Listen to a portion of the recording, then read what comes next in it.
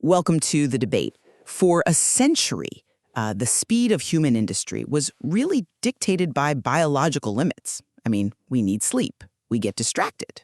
Yeah, we definitely lose focus. Exactly. We lose focus, but what happens when you install a cognitive engine that, well, never tires, one that processes insights at the speed of light? Right. Are we upgrading the human worker or are we basically just replacing them? And that brings us to the core tension of our discussion today.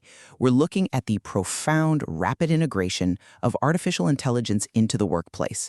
And we're drawing directly from our source material on AI in productivity and financial automation. It's a massive structural shift. Oh, absolutely. Now, I tend to look at this through the lens of pure business utility. To me, representing the managerial perspective, AI is the ultimate efficiency tool. It shatters the old limits of time and manpower to really scale our very best results. And, as someone who spent their life looking at creative and knowledge work, I am bringing a very different perspective.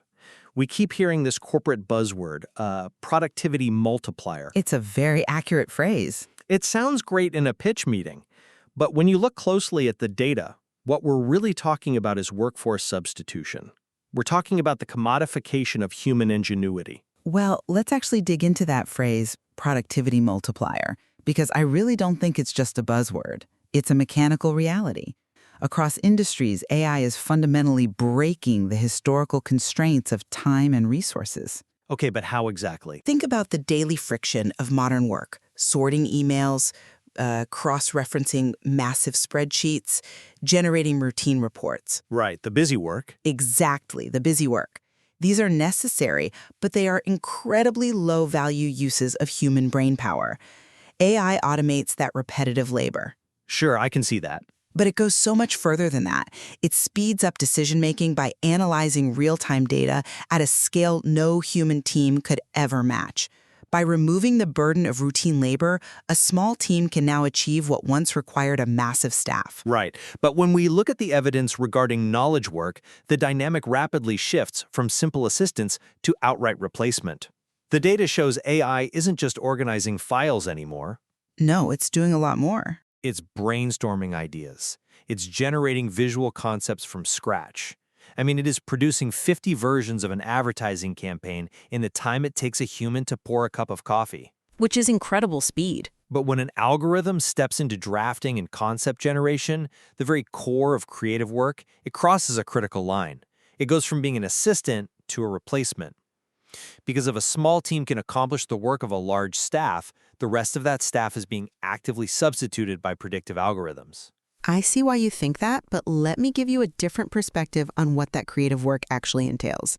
Let's talk about the blank page. Okay. For a writer, a designer, or a marketer, staring at that blinking cursor is agonizing. The hardest part of the job is simply starting. By generating a first draft or an outline, AI removes that initial cognitive friction. You're saying it just gets the ball rolling. Exactly. It gets you from 0 to 1 instantly. I'm sorry, but I just don't buy that, and let me tell you why. Wrestling with that blank page isn't an obstacle to the work. It is the work. Really? Just staring at a screen? That friction you're talking about removing, that friction is the very essence of human craft. When a designer struggles to form an initial concept, they are making hundreds of micro-decisions based on intuition, lived experience, and emotional resonance. They are finding the soul of the idea. But does every single task require that level of soul-searching? If I just need a framework for a marketing pitch, why should I spend 3 hours agonizing over the structure? Because that's where the quality comes from. But a large language model can synthesize millions of previous successful pitches and give me an optimal outline in 4 seconds. Think of it like the invention of digital design software. Like CAD? Yeah, exactly, like CAD. Computer-aided design. When those tools emerged, they didn't replace architects. They simply removed the physical friction of using a slide rule and drafting table. AI operates the same way. It does the heavy lifting so creatives can focus on high-level strategy and refinement. Hold on, I have to stop you right there, because CAD is a perfect example of what AI is not. CAD is a deterministic tool. How is it different? When an architect draws a line in CAD, the software calculates the vector math perfectly. But the architect still decides exactly where that line goes. The human originates the design. Generative AI fundamentally flips that relationship. I don't see how. It's still a tool you prompt and direct. Because you aren't drawing the lines anymore. You type a sentence, and the AI originates the design based on its predictive algorithms. It decides the layout, the color palette, the structure. Based on your guidance. Sure, but if the AI generates the concepts, and the human merely selects the best one, you have fundamentally changed the job. The human is no longer a creator. They have been reduced to a curator.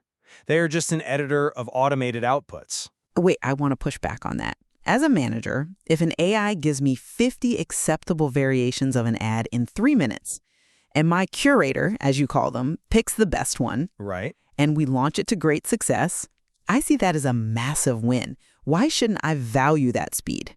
Explain to me why good enough is actually a bad thing for my bottom line. Because it creates a race to the bottom that eventually destroys your competitive advantage. The fear among creative professionals is exactly what you just described. Managers focused solely on speed and volume will just settle for good enough. Well, if it works, it works. But generative AI models don't actually think. They are massive probability engines. They predict the next logical word or the next logical pixel based on billions of data points of existing human work. Right. They map the patterns of what has historically succeeded. Exactly. Which means, by definition, they regress to the mean. They produce the most average, statistically likely output. If you rely on that to design your products or write your copy, you are mathematically optimizing for unoriginality. And once your competitors are using the exact same AI models, your good enough automated ads will look exactly like their good enough automated ads. That's an interesting point. You've traded deep, original human ingenuity for sheer volume, and in the process, you've devalued the very craft that made your brand stand out in the first place. That is a fascinating point about regressing to the mean. But I would argue that volume and scale have their own transformative quality. How so? Our material explicitly states that AI makes high-level capabilities scalable. Let's look at the effort-to-output ratio. Historically, if you wanted to double your output, you had to double your headcount. Yes, that was the constraint. But the evidence shows that AI fundamentally severs that connection between raw manpower and output. Which is exactly why I'm arguing this is structural substitution. But it's a massive democratization of capability. A startup with 5 people can now compete with massive legacy corporations. Yeah, maybe. Because the competitive advantage has shifted away from raw headcount and toward the intelligent use of tools. We see this clearly in customer service. AI chatbots don't just read off a script anymore. Right, they use natural language processing. Exactly. They understand intent. They instantly pull up account histories and resolve thousands of routine inquiries simultaneously. That frees up the human workers to handle complex, high-stakes issues that require real empathy and nuanced problem-solving. That completely assumes the freed-up workers are being reallocated to those higher-value tasks. And honestly, that challenges the managerial optimism you're presenting. You don't think they're reallocated? When a 5-person startup can do the work of a 50-person agency, the market doesn't just reallocate the other 45 people to higher-value tasks. It eliminates them. I think you're really underestimating how much new capacity businesses will build when the cost of execution drops. Well, let's look at the financial sector evidence from our material, because it provides a stark preview of where this leads. In finance, AI isn't just handling routine customer service inquiries. No, it's heavily involved in operations. It is increasingly making high-stakes decisions autonomously. When people apply for loans or credit cards, it's not a human loan officer looking at your file anymore. Nope, it's an algorithm, and it's much faster. It's acting as the first and most important filter. And how does it work? It doesn't just look at a FICO score. It cross-references your income patterns, repayment history, geographic data, and spending habits across thousands of variables. Which makes it incredibly accurate. It maps a risk profile in half a second. It shapes who gets approved and at what interest rate. In the insurance industry, AI assesses the likelihood that a claim is valid and decides whether to even escalate it for human review. And you see that efficiency as a negative? I see it as inevitable job displacement. As AI becomes more autonomous and handles this massive volume of filtering, managers facing margin pressures will inevitably choose cost reduction. Over reallocation. Yes, the evidence in lending platforms is clear. AI pre-qualifies applicants before a human ever sees the file. They won't keep the large staff of junior analysts and just give them higher value tasks. They will shrink the staff entirely because the AI is doing the core analytical work. I hear that concern, I do. But I'm not convinced by that line of reasoning because you're assuming the end goal of a business is merely to shrink its workforce to save a few dollars. It often is. But the real goal is to expand its capabilities to do things humans literally cannot do. What do you mean things humans literally cannot do? Look at fraud detection in the financial system. Let's break down the mechanism of how AI actually protects your money. Okay. When you swipe a credit card, the AI evaluates that transaction by comparing the current action against millions of past examples in real time. It builds a multidimensional web of your behavior. Right, looking at location, time. Geolocation, time of day, the type of merchant, and it compares it to your baseline habits and the baseline habits of known fraud rings. It processes millions of variables in milliseconds. Which is incredibly impressive from a technical standpoint. Right. Manual review by human fraud teams was slow, incredibly expensive, and frankly, deeply flawed. A human brain cannot cross-reference a million data points in the 2 seconds it takes a payment terminal to approve a charge. No, obviously not. Now, AI blocks a dangerous transaction before the money disappears. It operates 24/7 without fatigue by reducing preventable manual errors, especially under the pressure of large volumes. We aren't just cutting headcounts to save a buck. Okay, but We are making the entire global financial system fundamentally safer and smarter. The goal is continuous computational intelligence. that is a compelling argument for security, but let's follow the logic of continuous computational intelligence back to decision-making. You brought up pattern recognition. Yes, We must highlight the danger of relying on AI for critical, analytical decisions, precisely because AI learns purely from historical data. which we touched on with the regressing to the mean idea in creative work. Exactly. But let's apply it to structural business decisions. The material explicitly warns us about this reliance on historical training data. If an AI model is trained on decades of business decisions, lending records, or hiring practices, it is learning from a past that is inherently flawed. Because human decisions were flawed. Right. It looks objective because it's wrapped in complex mathematics, but mathematics alone does not guarantee a good, innovative, or even fair decision. You're saying it just bakes in whatever practices the company used in the past, good or bad. Yes. If a bank's old lending records consistently rejected a certain zip code because of a flawed human policy from the 1990s, the AI model mapping those thousands of variables might quietly continue that exact same pattern. It finds the correlation. It doesn't know why it's rejecting the applicant. It just knows that mathematically, rejecting that zip code aligns with the historical data it was fed. If we rely on autonomous AI to filter our decisions based entirely on historical data, we risk endlessly recycling the past. I see. We scale stagnation. We scale highly unoriginal and deeply flawed outcomes simply because it is computationally efficient to do so. You make a great point about historical bias, and the evidence absolutely backs you up there.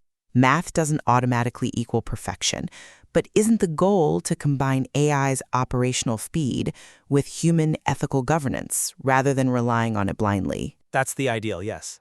This is what we call the human-in-the-loop model. The most productive organizations are not removing humans from the process entirely.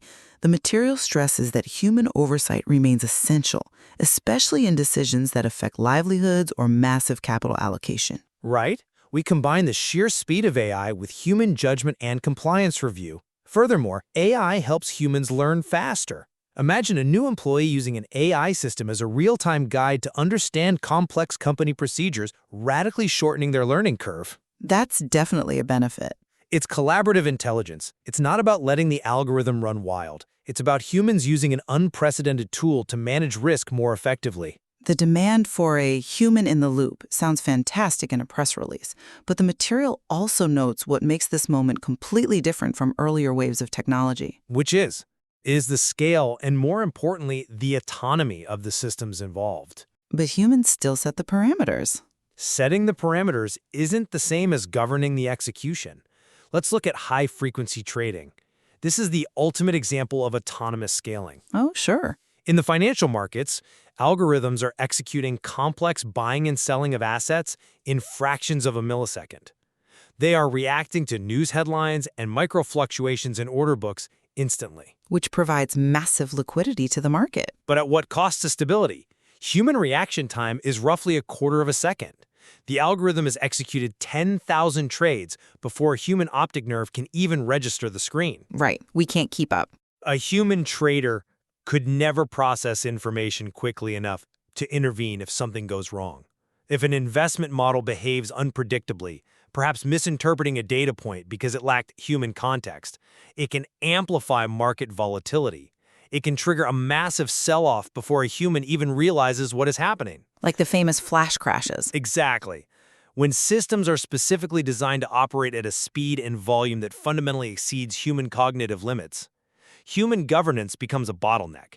And if there's one thing managers focused on pure efficiency absolutely hate, it is a bottleneck. That's fair. The pressure will always be to remove the human to let the machine run faster. It is a delicate balance, certainly. It requires rigorous system design, but it is a balance we must navigate. Because the operational speed modern businesses require simply cannot be achieved through manual processes anymore. The genie is out of the bottle. That we can agree on. So let me try to synthesize the managerial perspective we've explored today. AI provides the speed, the continuous operation, and the error reduction that the global economy demands. It is a necessary evolution. It shifts the competitive advantage from raw biological manpower to the intelligent use of cognitive tools. It breaks the traditional limits on human output, allowing businesses to scale their best results and tackle problems of immense complexity. And to synthesize the creative and structural perspective, while absolutely no one denies the unprecedented efficiency AI generates, treating it merely as a tool is intellectually dishonest. Even with human oversight? Yes, because it ignores its autonomous capabilities. When predictive algorithms take over the core processes of conceptualization, drafting, and complex analytical filtering, it poses a very real threat of structural substitution. Which is a valid concern. It risks regressing our ideas to the mean, commodifying human ingenuity, and permanently displacing the professionals who dedicate their lives to mastering these crafts. You know, despite coming at this from opposite ends of the spectrum, I think where we fundamentally find convergence is the acknowledgement that AI has definitively severed the traditional relationship between effort and output. Absolutely. For all of human history, doing more work inherently required more time or more people. That law of physics has essentially been broken. I completely agree. The traditional metric of productivity is broken. Whether you view this as a utopian business tool or an existential threat to the working class, the future is going to require a radical redesign of how humans and machines collaborate. The old paradigms simply no longer apply. It is a profound shift. We're left reflecting on the sheer complexity of balancing a manager's need for scalable, flawless efficiency with the creative professional's need to preserve the integrity and value of human ingenuity. Right. There is so much more depth to explore in the material regarding how different organizations are actually attempting to balance these immense competing forces. It comes back to that assembly line of human thought you mentioned at the very beginning. We really have built the ultimate cognitive engine. Now we just have to figure out who controls the speed of the line and, well, what happens to the thinkers who used to stand there. A perfect note to end on. We leave it to you, the listener, to decide whether AI's staggering productivity gains are worth the structural shifts in our workforce. Thank you for joining us on The Debate.